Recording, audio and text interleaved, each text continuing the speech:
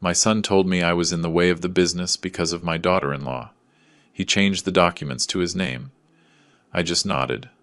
I took a deep breath and left without arguing. What nobody knew is that the very next day, I went straight to the notary. In less than an hour, I reversed everything my son had done behind my back. I sold the company, I sold the ranch, and every single asset he thought he already controlled. I cut off the monthly deposits that supported that couple, and I asked for the new owner to be notified immediately. 2 days later, the new owner arrived at the company. My son and my daughter-in-law never imagined what was about to happen. They were fired right at the door in front of everyone, without ceremony, without explanations. And that was when the calls started, one after another. 97 in total. Desperate. My son begged me to speak with the new owner. But by then I was already on a cruise ship, holding hands with my wife, watching the sea open up before us. My wife Linda was laughing beside me. Ernest, let it go. Stop counting. But I could not. Every ignored ring was a small triumph. Every desperate message without a reply was pure justice. My name is Ernest Miller. I am 67 years old, and exactly 1 week ago my son stole my company, or so he thought. Let me explain how a man of my age, whom they called a burden, managed to dismantle in 72 hours what took his son 3 years to plan. But first you need to understand who I am, who I was, and what I built with these hands that my own son now considers useless. I was born on a small ranch in Texas. My father grew corn on land that was not even his. I was the third of 7 brothers. We ate beans and bread 6 days a week. On the 7th, if we were lucky, there was a little meat. At 16, I came to Houston with $50 in my pocket and a stupid dream: to be someone. I worked as everything: a loader at the market, a helper in a mechanic shop, a truck driver. I learned that money is not given away. It is earned with sweat, with early mornings, with hunger. At 25, I met Linda at a county fair. She was selling hot dogs with her mom. I arrived wearing my first suit. It was used but ironed with pride. I bought 6 hot dogs from her, even though I was only hungry for 2. She laughed at me. "Are you going to eat all that by yourself?" "No," I told her. But I needed an excuse to stay here longer. We got married 8 months later. We had nothing. Only youth and the desire to eat the world. At 30, with a loan that took me 3 years to pay off, I bought my first used excavator. I started renting excavation services to construction companies. Linda kept the accounts in a kitchen notebook. We worked 16 hours a day, we slept 5. But we grew. In 10 years I already had 5 machines. In 15, a fleet of 20 units and my own workshop. In 20, I founded Miller Machinery Incorporated, a company that not only rented equipment but manufactured it. We innovated. We adapted foreign technology to American needs. At 50 years old, I was the owner of a company that invoiced $4 million a year. I bought a 300-acre ranch where Linda always dreamed of raising horses. I built a 2-story house with a view of the mountains. And I gave my son Ryan everything I never had: the best private schools, university in Chicago, trips abroad, a new car when he turned 18, a position in the company without having to beg for opportunities like I did. Ryan grew up without knowing what hunger was, without knowing the humiliation of borrowing money, without understanding that respect is earned, not inherited. 3 years ago, he married Jessica. She came from Dallas, from a family with new money. Her father had made a fortune with fast food franchises, people who believed that having money made you superior, people who saw others as stepping stones. Since the wedding, Linda had a bad feeling. "That girl has eagle eyes," she told me. Calculating, always measuring. I defended her. It is just her way. She comes from another world. She will adapt. How wrong I was. The first 6 months were normal. Jessica smiled at Sunday dinners. She asked about the business with genuine interest, or so it seemed. But then she started accompanying Ryan to the office. "I just want to learn about the family business," she said. "Someday we will have children, and I want them to understand where their heritage comes from." I nodded. It seemed logical to me, even admirable. But Jessica did not come to learn. She came to conquer. She started subtly. Comments in meetings: "Mr. Miller, would it not be more efficient to automate this process? In my dad company, they already use software that reduces costs by 30%.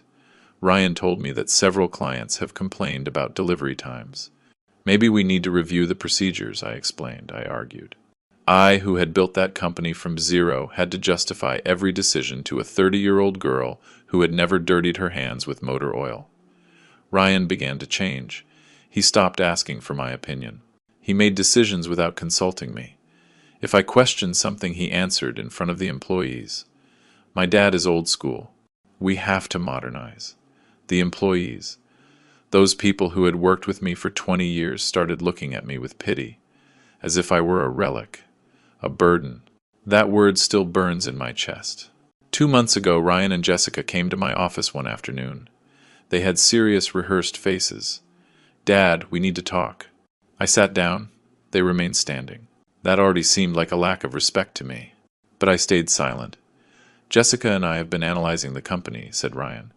We believe the moment has come to make important changes in the structure. What kind of changes? Jessica took out a folder. Always so prepared.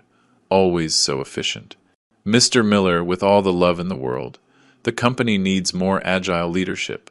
You have done an extraordinary job during all these years, but the market changed. The competition is fierce.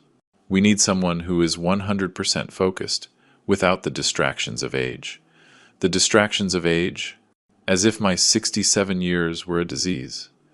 Jessica, I have run this company for 35 years.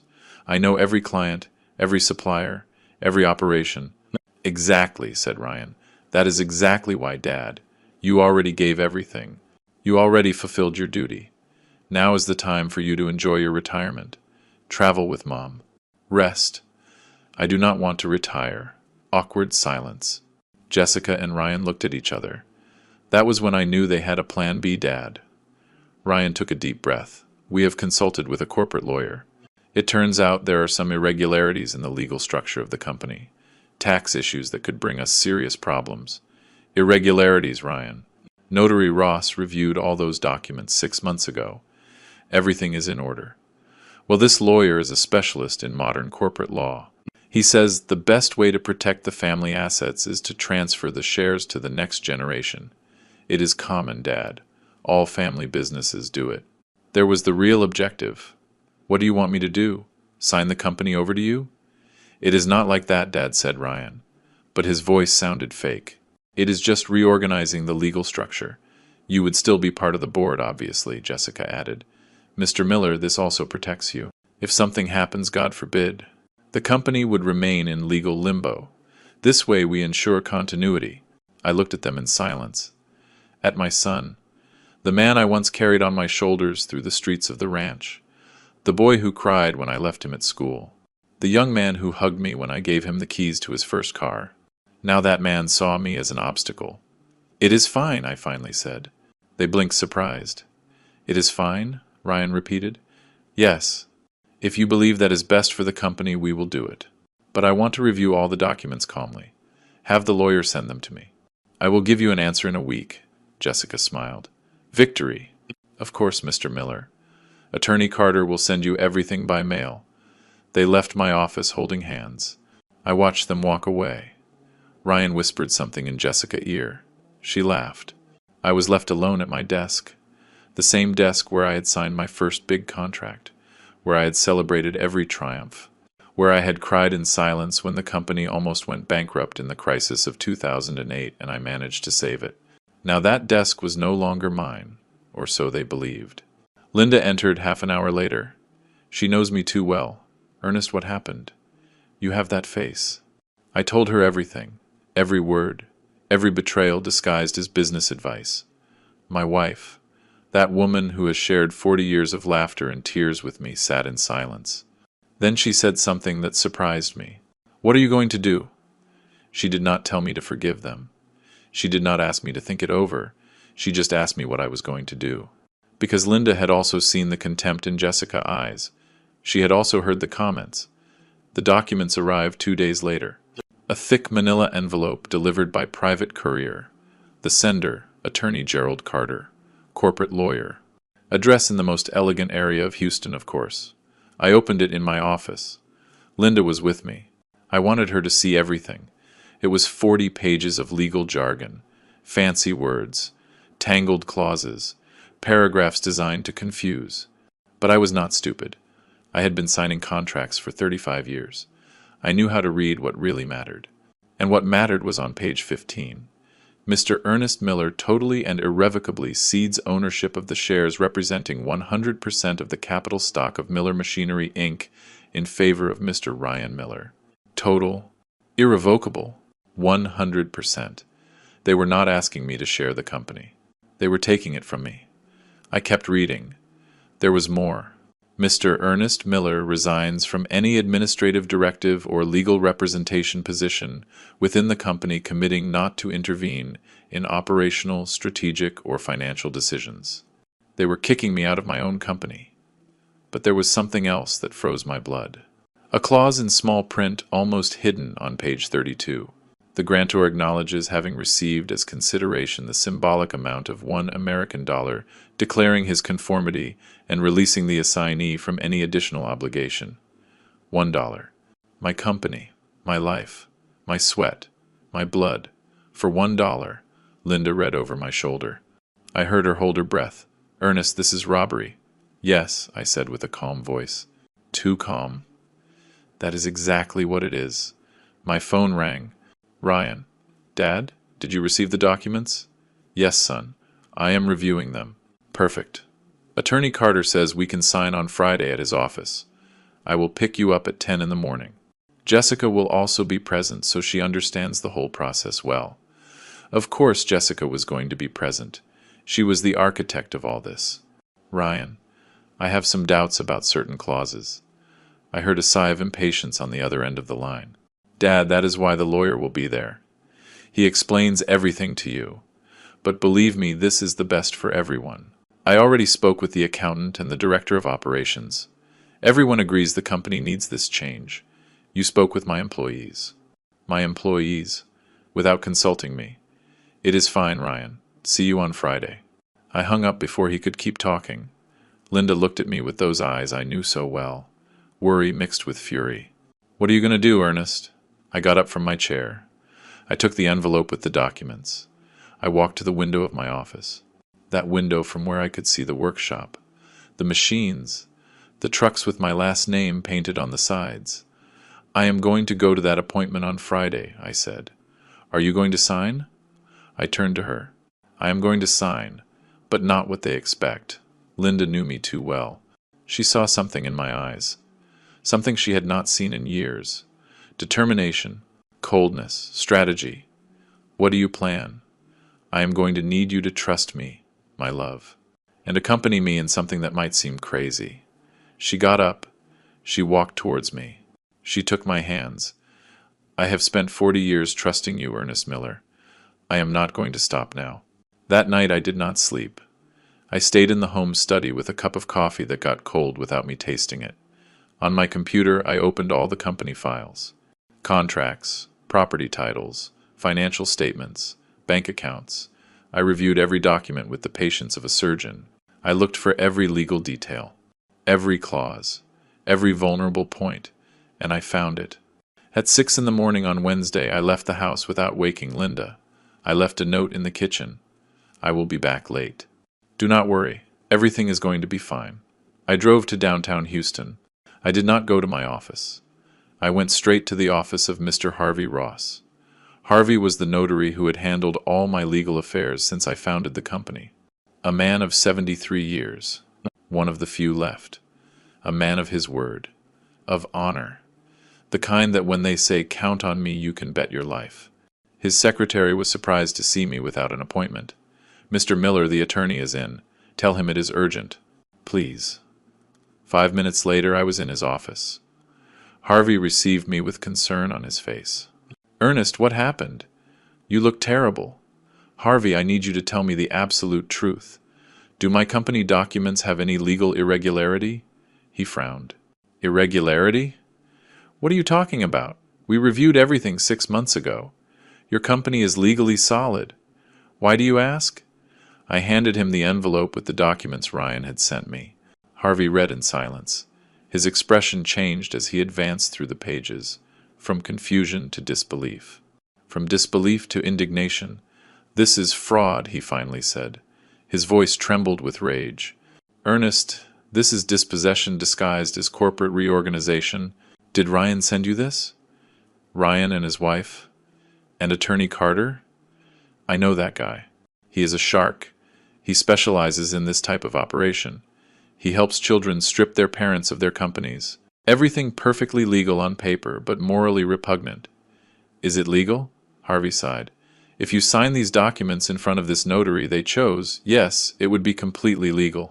You would lose everything. The company, your position, your right to speak. And that symbolic dollar as payment is an insult. But technically it fulfills the requirement of consideration." I sat in the chair in front of his desk. The weight of the betrayal fell on me like a ton of concrete. "Harvey, what options do I have?" He took off his glasses. He cleaned them with a handkerchief. He took his time to answer. "Legally, as long as you do not sign, the company is still yours. Totally yours, you have absolute control, but if you sign, I am not going to sign that. But I need to do something else. Something they do not expect." Harvey looked at me intensely. "What do you have in mind?" I took a deep breath. "I want to sell the company. All of it. Complete. Before Friday." Harvey remained silent for 5 seconds that seemed eternal. "Ernest, that is. Complicated. A sale like that requires time. Valuation. Searching for buyers. Negotiations. That is why I came to you. I know you have contacts. For years you have handled sales of big companies. You know investors, corporate groups, people who have been interested in my company." It was true. During the last decade, at least 3 business groups had offered to buy Miller Machinery. I always rejected the offers. My company was not for sale, it was for my son. But my son no longer existed for me. "Ernest," said Harvey with a soft voice, "are you sure? It is your life, your legacy. My legacy was going to be for Ryan, but he decided to steal it. Now my legacy will be the most expensive lesson of his life." Harvey nodded slowly. "All right. There is a business group from Chicago, Northern Industrial Group. 2 years ago they asked me if you would be willing to sell. I told them no, but that if you ever changed your mind they would be the first to know. Call them. Ernest, they will want to do due diligence. Check the books. Negotiate terms. Tell them I am willing to sell at fair market price. No haggling, no delays. That I have all the documentation ready. That they can send their auditors today. But I need to close the deal before Friday." Harvey looked at me as if he were seeing another person. "This is extreme. They tried to be extreme with me." "I am just returning the favor." Harvey picked up his phone. "Give me 2 hours." I left his office at 9 in the morning. The Texas sun was strong. The city was waking up with its usual chaos. Trucks, vendors, the smell of coffee and gasoline. Everything seemed different to me, as if I were seeing my city for the last time with the eyes of the man I was. I drove to the ranch. I needed to be in that place. Walk on those lands I bought with the profits of 10 years of work. See Linda horses grazing calmly. Sit on the porch of the house and remember why all this had been worth it. Linda was in the kitchen when I arrived. She was preparing food as if it were a normal day, but nothing was normal anymore. How did it go? In a few hours we will know. Everything might change, my love. She left the pot on the stove. She wiped her hands on her apron. She approached me. "Ernest, are we going to lose the ranch?" "Probably." I expected tears. I expected resistance. But Linda just nodded. "This ranch is beautiful, but without dignity, without respect. It is just dirt and walls. If we have to let it go to recover our peace, we let it go. That is why I married this woman." My phone rang at 11:30. "Harvey, Ernest. They are interested, very interested. The CEO of Northern Industrial Group is flying in from Chicago this afternoon. He wants to meet tomorrow first thing in the morning. Perfect. But there is something else. I also called an acquaintance who handles luxury real estate. I told him about the ranch. He has a client from Houston looking for a property exactly like yours. Do you want to sell it too?" I looked out the window. The horses, the trees, the house we built. "Yes, sell it all." I hung up. Linda hugged me from behind. "Are you sure about this?" I have never been more sure of anything in my life. That night we had dinner in silence. Neither of us had much to say, but there was a strange peace between us. The peace that comes when you finally make a decision after months of suffering. Ryan called me at 9 at night. Dad, is everything okay? I called you at the office and they told me you did not go. I am at the ranch, son. I needed to think. Think about what? Dad, you already reviewed the documents, right? On Friday we sign, and that is it. It is simple. Yes, Ryan, it is very simple. Perfect. I will pick you up at 9:30. Jessica is very excited. She says this is going to take the company to the next level. Of course she was excited. See you Friday, son. I hung up. Linda looked at me from the sofa. Are you going to tell him before? No. Let him find out when everything is done. Thursday dawned cloudy. A bad omen, my mother would say. But I do not believe in omens. I believe in actions and consequences. At 8 in the morning I was at Harvey office. With me were 3 men in suits. The CEO of Northern Industrial Group, his financial director and his corporate lawyer, and Mr. Miller, said the CEO, a man of about 50. We have admired your company for years. The way you have innovated, your reputation with clients, the loyalty of your employees. It is exactly the type of operation we want in our portfolio. They reviewed the numbers. All night. Your books are impeccable. The company is even more solid than we thought. How much do you offer? The financial director slid a document across the table. $6 million. Cash. Immediate transfer. It was a good price. Fair.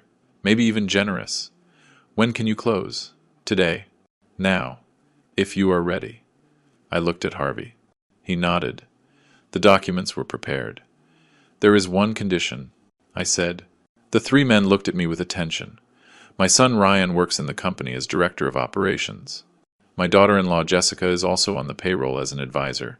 I want both of them fired immediately after the sale is finalized. The CEO did not blink. Personal reasons? Completely personal. Understood.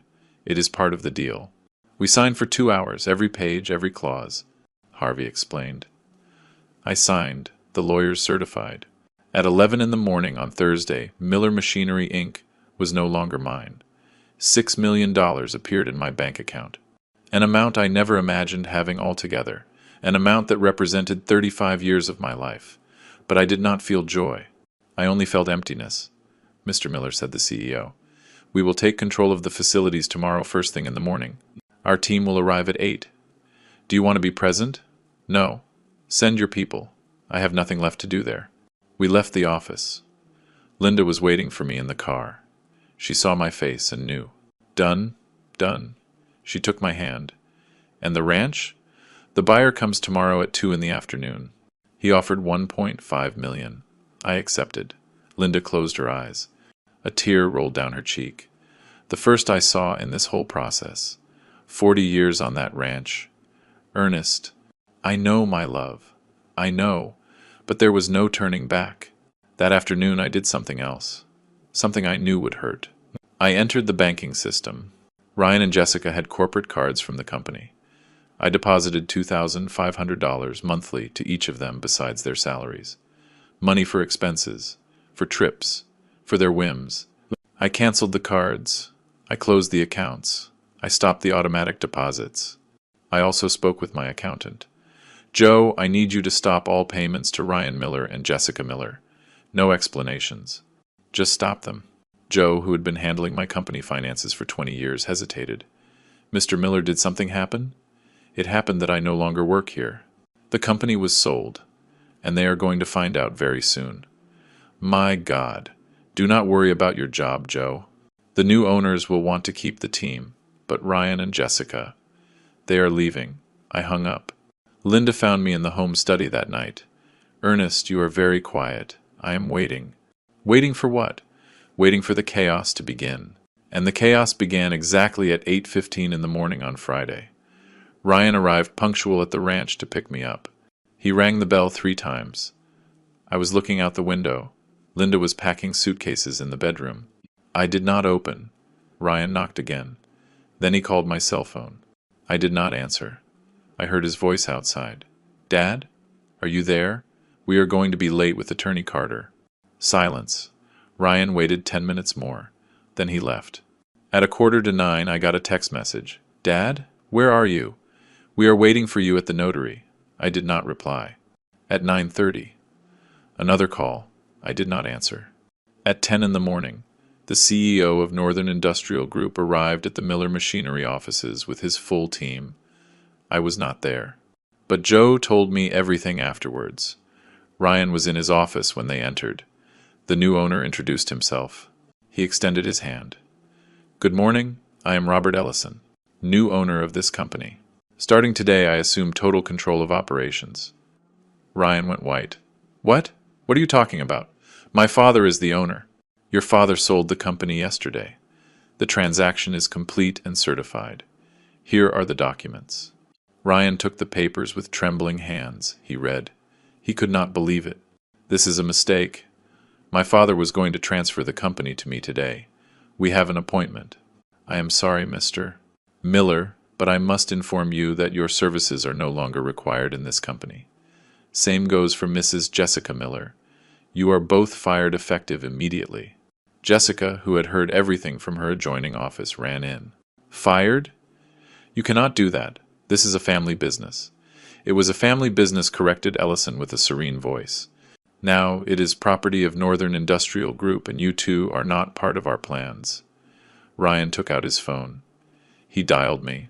I did not answer. Jessica also dialed. I did not answer either. Joe told me that Ryan started shouting, that Jessica cried, that they threatened with lawsuits, that they called Attorney Carter, who could do absolutely nothing because the sale was completely legal. At 11 in the morning, security escorted them out of the building.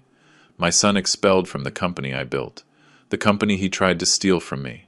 The calls began. 1, 2, 5, 10. I was at the ranch packing the last things with Linda, seeing my phone vibrate again and again. Are you not going to answer? She asked. Not yet. At 2 in the afternoon, the buyer of the ranch arrived. A businessman from Houston looking for a quiet place for his family. He liked everything. We signed. $1.5 million transferred. Linda said goodbye to the horses. She stroked their noses one by one. She cried in silence. I loaded the suitcases into the car. At 4 in the afternoon, we left the ranch for the last time. Linda turned to see it disappear in the rearview mirror. I kept my eyes to the front. Where are we going, Ernest? To the airport. I have a surprise. At the airport, at the counter of a cruise line. I picked up 2 tickets. 15 days through the Caribbean, I told Linda. We leave in 2 hours. She looked at me with eyes full of tears. Ernest, you always wanted to see the Caribbean. I always promised you, and I never had time. Now I have all the time in the world. In the boarding lounge, my phone kept vibrating. Ryan, Jessica, Ryan again. Unknown numbers. Desperate text messages. Dad, answer, please. Mr. Miller, we need to talk urgently. What did you do? Why did you sell everything? Dad, we were fired. We have no job. We have no money. Every message was music to my ears. Linda noticed. Ernest, you are smiling. Yes? Yes, it is the first time I see you smile in months. We boarded the plane. I turned off the phone. When we landed in Miami and got on the cruise, I turned it on again. 97 missed calls. 97 attempts by my son to contact me. 97 times I decided that my dignity was worth more than his regret. Now I am here on the deck of this ship telling you this story. Linda is sleeping in the suite. Outside, the sea is infinite. The sun is setting. There is music in the distance, and I finally breathe in peace. The sea was calm that first night on the cruise. I was not. Linda slept deeply in the king-size bed of our suite, exhausted by the emotional weight of the last days. I was on the private balcony with a glass of whiskey in my hand, watching the lights of the port of Miami disappear in the distance while the ship entered the darkness of the ocean. My phone rested on the table. I had turned it on again out of curiosity. Mistake. 103 missed calls now, 6 more since we boarded. 42 text messages. I decided to read them. I do not know why. Maybe I wanted to confirm I had done the right thing. Maybe a masochistic part of me needed to see how far my son's despair had gone. The first messages were of confusion. Dad, where are you? Attorney Carter says you did not arrive at the appointment. Did something happen? Call me, please. Dad, people arrived at the company saying they bought everything. Is this a joke? Then came the disbelief. I was just fired from my own company. What is happening? Jessica was also fired. Dad, I need you to explain what you did. They kicked us out into the street as if we were criminals. Call me now. After that came the desperation. Dad, I tried to use my corporate card and it is cancelled. The accounts are closed. I have no access to anything. The bank says the monthly deposit was suspended. Why would you do that? I have bills to pay. Jessica is desperate. Please answer. And finally the rage. You sold the company behind my back? You are a selfish old man. That company was mine by right. I worked years there. Everything I have is invested in that company. Jessica says, we are going to sue you. This is not going to stay like this. That last message made me smile bitterly. Jessica, of course she was behind the legal threats. But there were more messages. These surprised me. We went to the ranch. There is a sold sign. Dad, did you also sell the ranch? I cannot believe you sold everything. Where are you and Mom going to live? I called Mom. Her phone is also off. Where are you? Dad, please. I need to talk to you. I made a mistake. I know. But you cannot destroy my life like this. That last message had arrived 30 minutes ago. I made a mistake. 4 words that arrived too late. I took a long sip of whiskey. The liquid burned my throat. I liked it. Physical pain was easier to process than emotional pain. Had it been too hard? Too extreme? No. Ryan had not committed a simple mistake. He had not forgotten my birthday or said something hurtful in a moment of anger. He had planned to rob me. He had conspired with his wife. He had consulted lawyers. He had prepared fraudulent documents. He had tried to strip me of everything I built. And he only regretted it now that his plan had failed. I decided not to answer. Not yet. I turned off the phone again. I put it in the sweet safe. I would not turn it on again for days. The next morning dawned spectacular. Linda woke up more relaxed than I had seen her in months. We had breakfast on the sweet balcony. Fresh fruit, eggs, freshly made coffee. The Caribbean sun shone over the turquoise water. Did you sleep well? She asked me while spreading jam on toast. Better than I expected. Did you check the phone? I put it away. I am not going to look at it for days. She nodded. She knew it was best. Ernest, do you think we did the right thing? It was the first time she asked, with doubt in her voice. Linda, they tried to rob us. It was not a family disagreement. It was not a lack of communication. It was a deliberate plan to take everything from us. I know, but he is our son. He was our son. The Ryan I knew would never have done something like that. Linda looked down. A tear fell on her plate. I miss the boy we raised, the boy who hugged us, the young man who asked us for advice. I do too, my love. I do too. We remained in silence for several minutes. Only the sound of the waves and the seagulls filled the space. And now what? She asked finally. Now we live. We enjoy these 15 days. And when we return, we decide what to do with the rest of our lives. And Ryan? Ryan will have to learn to live with the consequences of his decisions, like everyone else. We spent the day exploring the ship. It was huge. 12 floors of luxury, restaurants, theaters, casinos, pools, thousands of people enjoying their vacation without the slightest worry. For the first time in months, I also allowed myself not to worry. That afternoon, while Linda sunbathed by the pool, I sat at a bar overlooking the sea. I ordered another whiskey. The bartender, a Jamaican with an easy smile, noticed something in my expression. First time on a cruise, friend. First time in many years. Maybe 30. Ah, then you have much to celebrate. Retirement? Anniversary? Something like that. Let us say I closed an important chapter of my life. New beginnings are always good. Cheers to that. We clinked glasses. But the peace lasted little. On the 3rd day of the cruise, when we docked in Cozumel, I made the mistake of turning on the phone to take photos of the port. Immediately, notifications began to fall like an avalanche. 204 missed calls. 89 messages. 20 emails. The heart skipped a beat. Had something serious happened? Had someone died? I checked with trembling hands. The messages had escalated to another level. Ryan. Dad, we have gone 3 days without hearing from you. Mom does not answer either. I am worried. If you are angry, I understand, but at least tell me you are okay.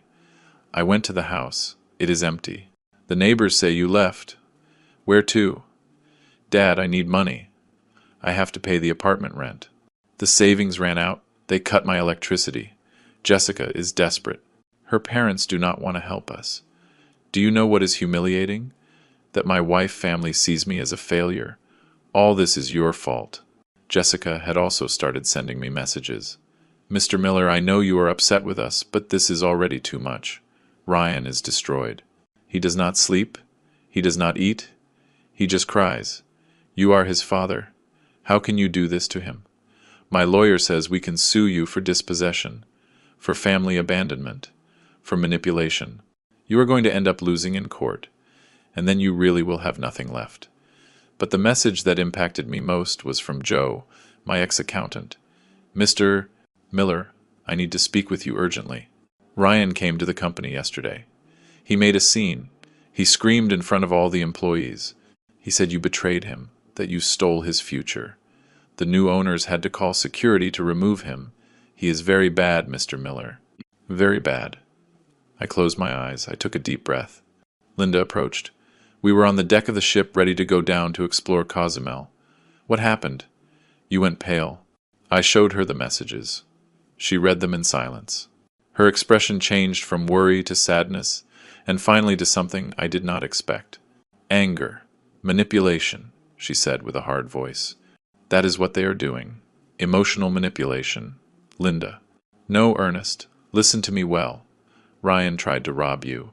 He called you a burden. He prepared documents to strip you of your company.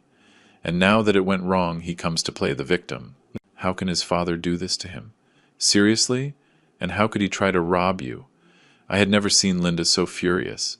She was always the voice of conciliation, the one who asked for calm, the one who looked for peaceful solutions. But not anymore. That girl, she continued, referring to Jessica, is poisoning him more.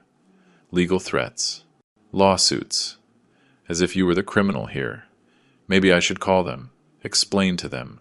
Explain what, Ernest? That you tried to defend yourself? That you were not going to allow them to rob you? You do not owe them explanations. They owe you an apology. A real apology. Not this theater of victims. She was right. Linda was completely right. I turned off the phone again. You are right. I am not going to answer. Not yet. We went down to Cozumel. We tried to enjoy the day. We visited Mayan ruins. We ate fresh fish on the beach. We bought crafts. But my mind was still on those messages. On my son, despair. As much as I tried to justify my actions, a part of me felt guilt. Was it right to let Ryan hit rock bottom like this? Was it not my responsibility as a father to help him? Even when he had betrayed me. That night back on the cruise, I could not sleep. I went out to the balcony at 2 a.m. The ocean was dark. The stars shone with an intensity never seen in the city. I thought about my own father. He died when I was 30, a man of the countryside, of calloused hands and few words. He never told me he loved me. He never hugged me. But he taught me something important. Ernest, in this life, nobody is going to give you anything. Everything you want, you have to earn it. With work, with sacrifice. And if someone tries to take what is yours, do not let them. Never let them. Those words had guided me all my life. And now was I letting them? Or was I defending myself? The answer came with clarity. I was defending myself. Ryan had all the opportunities. Education, work, respect, love. But he chose ambition over loyalty. He chose Jessica over his family. He chose money over dignity. Those were his decisions. Not mine. On the 5th day of the cruise, on an island called Grand Cayman, I finally turned on the phone again. 308 missed calls. 122 messages. But this time there was something different. Messages from other people. My sister Rose. Ernest, what is happening? Ryan called me crying. He says you sold everything and abandoned them. Is it true? My cousin Hector. Buddy, I heard about the business.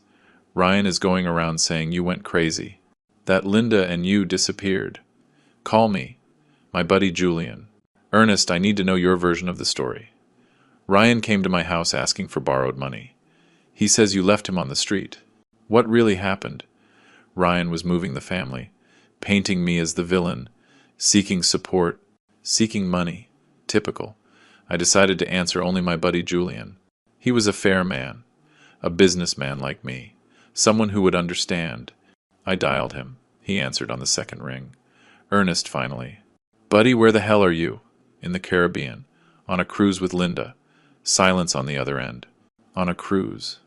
But Ryan said that. Julian, let me tell you what really happened. And I told him everything. From the beginning. The slights, Jessica comments. The plan to steal the company. The fraudulent documents.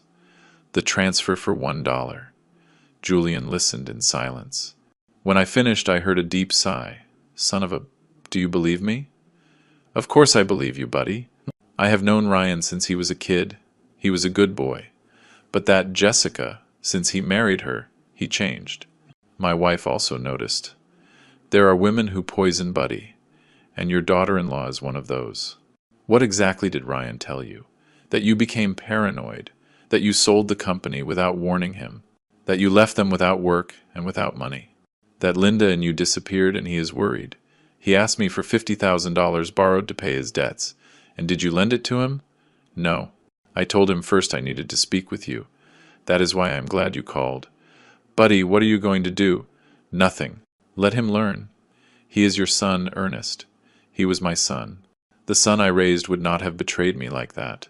Another silence. I understand your anger, but the boy is desperate. I saw his face when he came. He is destroyed. Good. Let him know how it feels. Ernest. Julian. You have 3 children. Hardworking. Respectful. What would you do if one of them tried to steal your company? He did not answer immediately. Probably the same as you, he admitted finally. But it would hurt me, buddy. It would hurt me a lot. It hurts me. Every day. Every hour. But my dignity is worth more than my pain. I understand you. But be careful, Ernest. A wounded son can do unpredictable things. And that Jessica seems like one of those who do not stay with crossed arms. Let them do what they want. The law is on my side. I sold what was mine. I did not commit any crime. We said goodbye. But his words stayed spinning in my head. A wounded son can do unpredictable things. On the 7th day of the cruise, we were in Jamaica, Montego Bay. Linda and I snorkeled in crystal clear waters. We saw colored fish that seemed painted. We ate jerk chicken in a restaurant with our feet in the sand. For moments I managed to forget everything. For moments I was just a 67-year-old man enjoying life with his wife. But the moments did not last.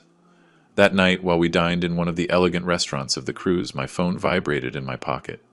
I had turned it on to take photos during the day. A message from an unknown number. Mr.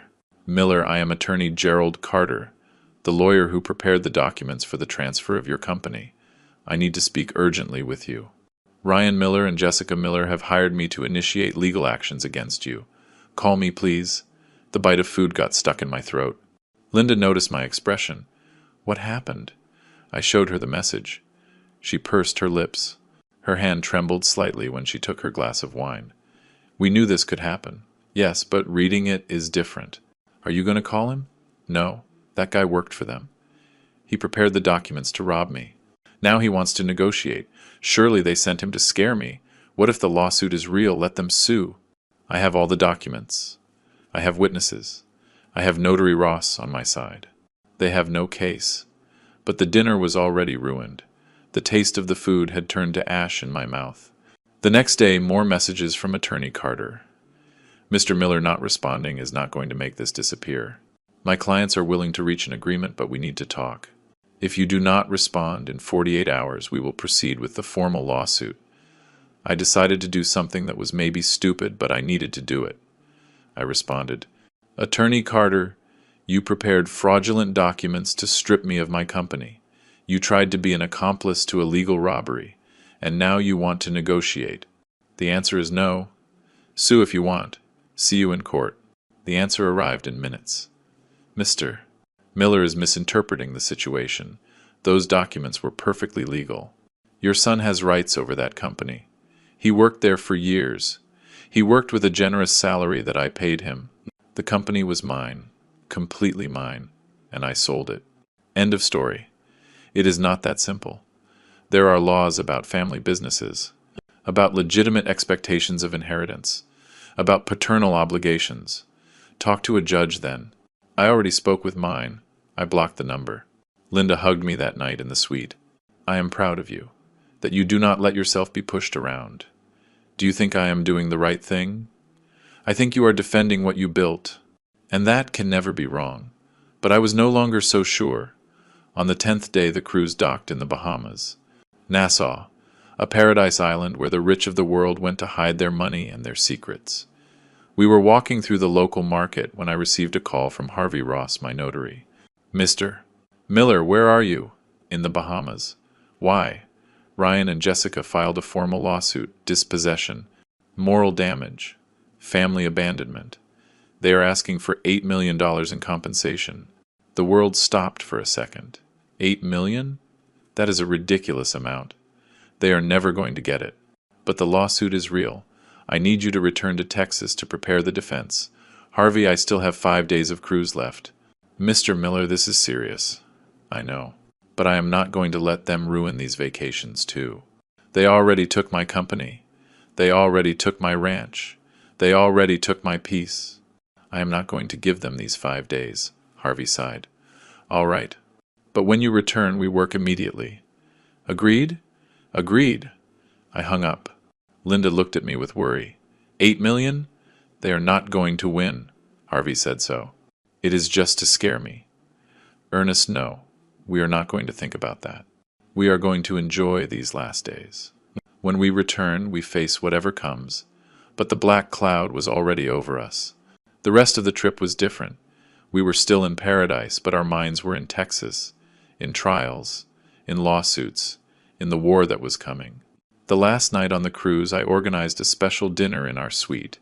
I ordered champagne, lobster, the best wine. I wanted to end the trip with some dignity. Linda put on her favorite dress. I put on the suit she had given me on our last anniversary. We toasted on the balcony with the dark sea extending to infinity. To us, I said, to 40 years together, to everything we built, to everything we lost, and to everything we still have left. To us, she repeated, and her eyes shone with tears. We made love that night like we hadn't in years, with urgency, with passion, as if we needed to confirm that we were still alive, that we were still us. Afterwards, lying in the dark, Linda asked me something that broke my heart. Ernest, do you think someday Ryan will understand why you did this? I do not know, my love, but I need him to understand that respect is not optional, that family is not a commercial transaction, that betraying your father has consequences. And if he never understands, if we lost our son forever, I could not answer, because it was the same question that tormented me every night. Had it been worth it? Was recovering my dignity worth losing my son? The last day of the cruise, while the ship returned to Miami, I turned on the phone for the last time. 436 missed calls, 212 messages, but I did not read them anymore. They did not matter anymore. Linda and I packed in silence. We left a tip for the cleaning staff. We got off the ship like two survivors of a war that nobody else had seen. In the Miami airport, waiting for our flight back to Houston, I finally decided to listen to the last voice messages Ryan had left. There were 17. The first was of rage. Dad, this is the last straw. Disappearing like this. You do not even have the guts to show your face. The fifth was of desperation. Dad, please, I need to speak with you. Jessica and I have no money. They are going to kick us out of the apartment. The 10th was a plea. Dad, I made a mistake. I admit it. But I do not deserve this. Please call me. The last message had arrived just 6 hours ago. It was different. Ryan's voice sounded tired. Defeated. Dad, I do not know if you are going to listen to this. Probably not. Probably you already erased me from your life. Jessica says you are a cruel old man who stole our future. But I just want to know if you are ever going to forgive me, if we can ever talk again, because I miss my dad. Even if I was an idiot, even if I tried something unforgivable, I miss you, Dad, and I am sorry. I am truly sorry. His voice broke at the end. I heard a sob before he hung up. Linda saw tears rolling down my cheeks. What did he say? That he is sorry. That he misses me. Are you going to answer him? I looked at the phone. I looked at my wife. I looked at all the people in the airport, living their lives without any idea of the pain I carried. Not yet, but soon, because there was something Ryan needed to understand. Forgiveness is earned, it is not begged for, and I needed to know if his regret was real, or just another manipulation to recover what he had lost. We boarded the plane back to Texas, back to face the lawsuits, the trials, the divided family, the looks of pity or judgment, but also back to rebuild, to decide what to do with the rest of our lives. Because for the first time in 35 years, I was completely free. I had no company to manage. I had no ranch to maintain. I had no employees to worry about. I only had Linda, $8 million in the bank, and a whole life ahead. The question was, what was I going to do with it? And more importantly, would I ever see my son as my son again, and not as the man who tried to rob me? Those answers would arrive soon, very soon. The plane landed in Houston at 8 at night. Rain, of course it was raining, as if the sky wanted to give the perfect welcome to our return to reality. Linda and I went through customs in silence. We collected the suitcases. Neither of us wanted to leave the airport, because outside everything we had left pending waited for us. In the taxi on the way to a hotel I had reserved from Miami, I turned on the phone for the last time. 500 missed calls. I did not count them all. The number did not matter anymore. But there was a message from Harvey Ross that I could not ignore. "Mr. Miller, I need to see you tomorrow without fail."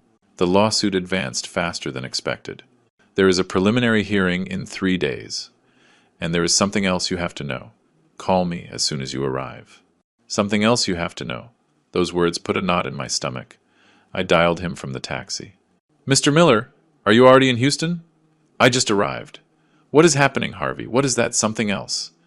I heard a heavy sigh on the other end. "It is better we talk in person. Tomorrow at 9 in my office." "Harvey, do not do this to me. Tell me now." Another silence.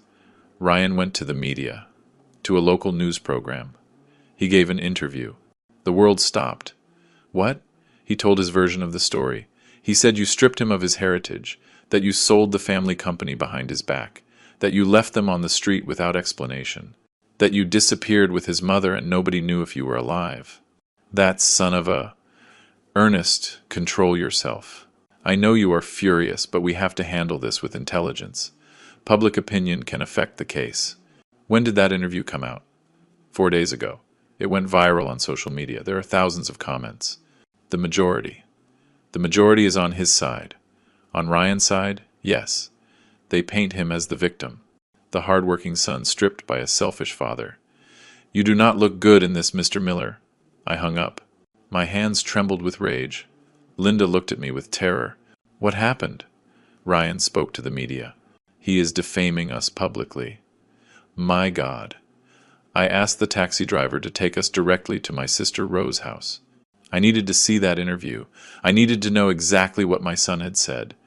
Rose opened the door with a face of surprise and relief. "Ernest, Linda, thank God you are okay. I have been trying to locate you for days. I know, Rose. I am sorry." "Did you see Ryan interview?" Her expression changed to discomfort. "Yes, I saw it. Show it to me." We entered her living room. Rose took out her tablet. She searched on YouTube. There it was. Son denounces father for dispossession of family business. Full testimony. 400,000 views. I pressed play. The screen showed Ryan sitting in a television studio. He looked gaunt. Deep dark circles. Beard of several days. The perfect image of a destroyed man. The host, a woman of about 40 with a sensationalist tone, began. Ryan Miller worked for 10 years in his father company, a family business that he believed would someday be his. But everything changed in a week. Without prior warning, his father sold everything and disappeared. "Ryan, thanks for being here and sharing your story." Ryan wiped his eyes. Perfect acting. "Thanks for receiving me. It is hard to talk about this, but I need people to know the truth. Tell us what happened exactly." My father is a man I admire, or admired. He built an incredible company from zero. He taught me everything I know about business. I worked by his side for years. I thought we were a team, that someday I would take the reins and he could retire calmly. And what changed? My wife, Jessica. She started helping me with ideas to modernize the company. My dad took it as a threat, as if we wanted to take his place. He started distancing himself, making decisions without consulting us. Lies. Pure lies. The host nodded with fake empathy. And what happened next? One day he told me we had to talk about the future of the company.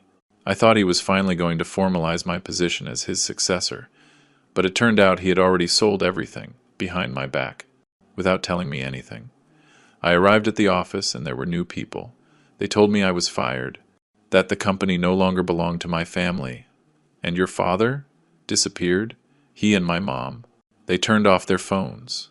Nobody knew where they were. I thought something bad had happened to them. His voice broke, perfectly timed tears. The host handed him a tissue. Ryan, did your father give you any explanation? None. To this day I do not know why he did this. Why did he punish me like this? I worked hard. I gave everything for that company, and he simply erased me from his life. How are you surviving? With difficulty. My wife and I lost our income from one day to the other. We have debts. The landlord of the apartment where we live is pressuring us. My savings ran out and my dad still does not answer. Have you tried contacting him? Hundreds of times. Calls. Messages. Nothing. It is as if his own son did not exist. The host turned to the camera with a dramatic expression. A heartbreaking story. A father who abandons his son without explanation. Without compassion. We will continue following this case. The video ended. I stood looking at the blank screen. Rage boiled inside me. Linda had her hands over her mouth. Rose looked at us without knowing what to say. Is any of that true, Ernest? My sister finally asked. What do you think, Rose? Do you know me or not? I know you, but Ryan is your son. I do not understand what could have happened for you to reach this point. I told her everything. The complete truth. The fraudulent documents. The plan to strip me. The word burden. The transfer for $1. Rose listened with her eyes opening wider and wider. My God, Ryan tried to rob you? He did not try. He planned it. With lawyers, with documents, with full intention. And Jessica was the brain behind everything, I am sure. Rose shook her head slowly. I never liked that girl. Always so calculating. But Ryan? Ernest? Ryan was a good boy. Was. I do not know who he is now. We stayed at Rose's house that night. We had nowhere else to go. The ranch was sold. The main house, too. I could not sleep. I kept thinking about that interview. About the lies. About the manipulation. At 3 a.m, I made a decision. If Ryan wanted public war, he would have it. At 9 sharp, I was in Harvey's office. Mr. Miller, you look terrible. I did not sleep, Harvey. I want to make a public statement. My version of the facts. It is not a good idea. In legal cases, speaking publicly can. I do not care anymore. My son painted me as a monster.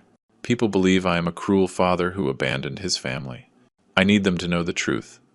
Harvey sighed. All right. But we will do it intelligently. No emotional television interviews. We will make a formal statement. With documents backing your version.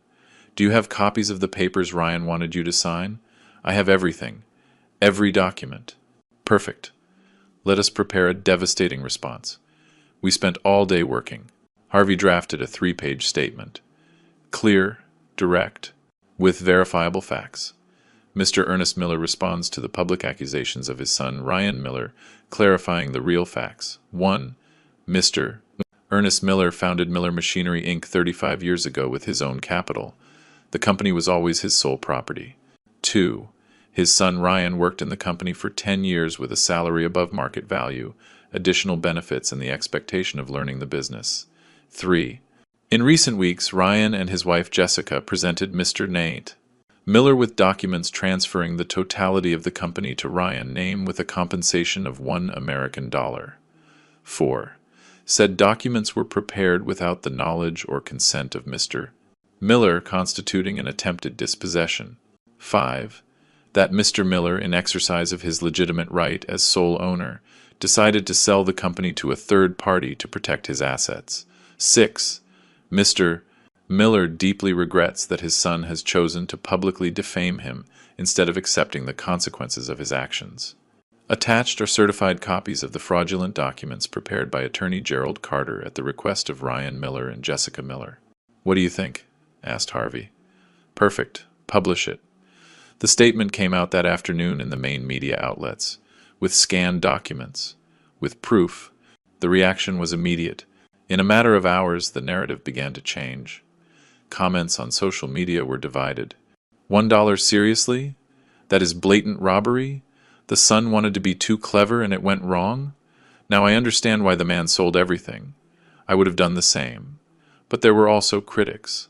Even if the son made a mistake, was it necessary to destroy him like that? A father does not abandon his son no matter what. There are ways to punish without annihilating. Ryan responded that same night with another video on social media. From his apartment, without professional makeup, more credible. My dad published a statement lying about me. Those documents he shows were prepared by recommendation of a legal advisor who told us it was the best way to protect the family assets against tax changes. It was never our intention to steal it. We just wanted to modernize things. My dad misinterpreted everything and decided to destroy me. That is the truth. More lies, but effective. The media war was declared. 3 days later came the preliminary hearing. The courthouse was in downtown Houston, an old building with narrow corridors and a smell of humidity. I arrived with Harvey at 8 in the morning. Linda stayed at Rose's house. I did not want to subject her to this. Ryan and Jessica were already there with Attorney Carter. It was the first time I saw my son in person since everything exploded. He looked terrible. He had lost weight. His clothes were too big. He had the look of a defeated man. Jessica, on the other hand, looked furious. She looked at me with pure hate. Ryan saw me. For a second our gazes crossed. I saw pain in his eyes, regret, shame. But he did not approach. Carter took him by the arm and moved him away. The hearing was technical, legal, cold. The judge was a man of about 60. Serious, professional. Carter presented the lawsuit.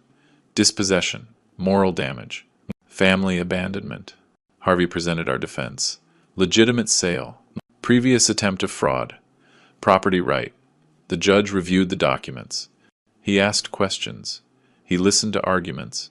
After 2 hours, he looked up. I have reviewed the evidence presented by both parties. It is clear there is a complex family conflict. However, from a legal point of view, Mr. Ernest Miller was the only registered owner of the company. He had the legal right to sell it without requiring consent from third parties, included his son. Carter intervened. Your Honor, there is jurisprudence on legitimate expectations in family businesses. Attorney Carter, I am familiar with the jurisprudence, and in this case it does not apply. The son worked as an employee, not as a partner. There is no document establishing a formal promise of inheritance or transfer. Ryan lowered his head.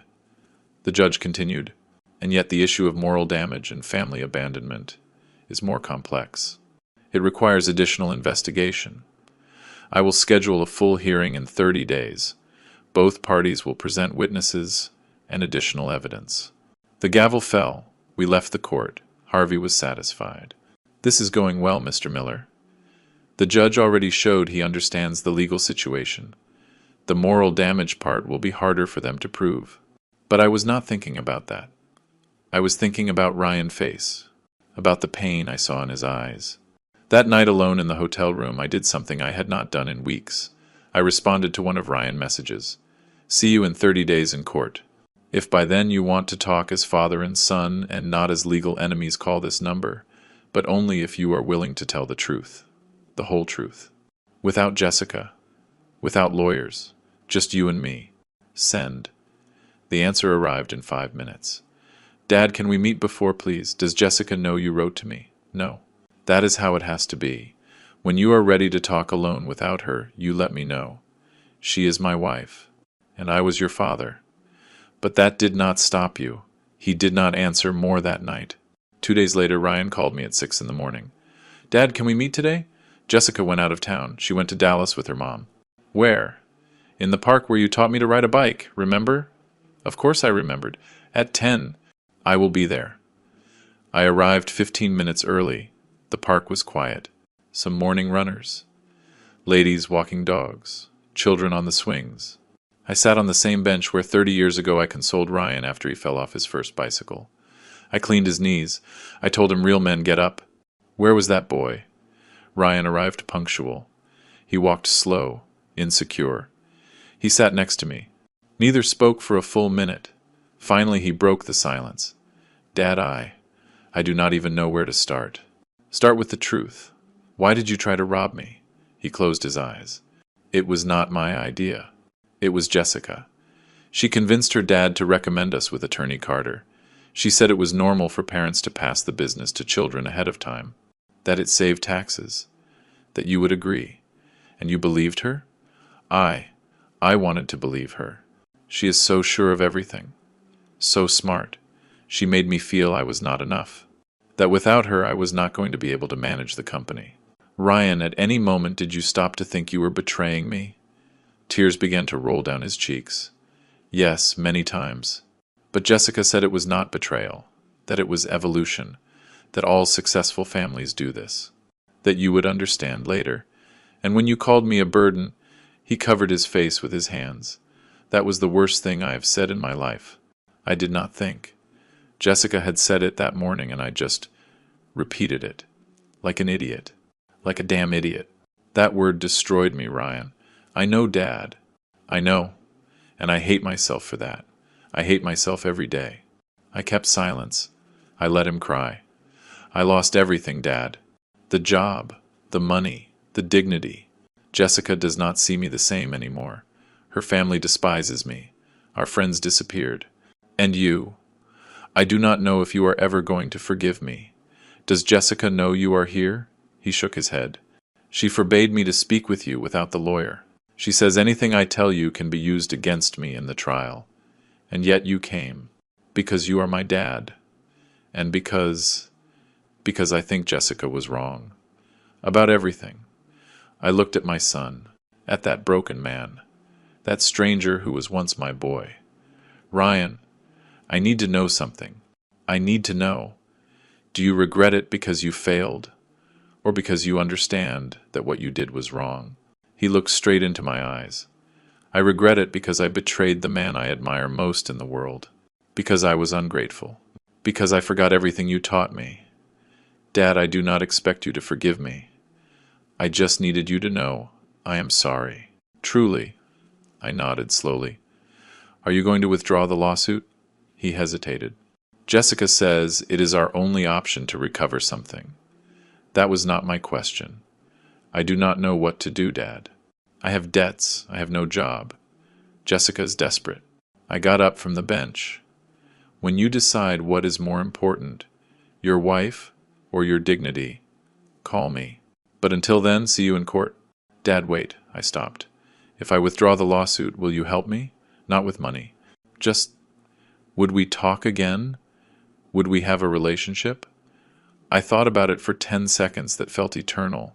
If you withdraw the lawsuit, if you divorce that woman who poisoned you, if you get an honest job on your own, and if for a year you show me you understood the lesson, then I will consider forgiving you. But it will not be easy, Ryan. And it will not be quick. Divorce? Jessica was the poison. While you stay with her, you will stay sick. Dad, I love her. No. You love what she made you believe you were. But that was a lie. I walked away without looking back. 20 days later, 3 days before the final hearing, I received a message from Ryan. Dad, I withdrew the lawsuit. I asked Jessica for a divorce. I got a job at a hardware store. It is not much, but it is honest. I am not asking you to forgive me now. Just know that I am going to spend this year proving to you that I changed. I love you. Linda read the message over my shoulder. What are you going to do? Wait and see if this time he is telling the truth. 1 year later, Ryan and I had dinner together for the first time. Without lawyers, without Jessica, without grudges. It was not the same as before. It would never be. But it was a beginning, and sometimes a beginning is enough. Now I am 68 years old. Linda and I live in a modest apartment in Chicago. We travel when we want. We help causes that matter to us. Ryan works hard. He earned my respect again, little by little. Did I forgive him completely? No. It still hurts. But I learned that forgiveness is not forgetting. It is deciding that pain is no longer going to control your life. And that decision I make every day.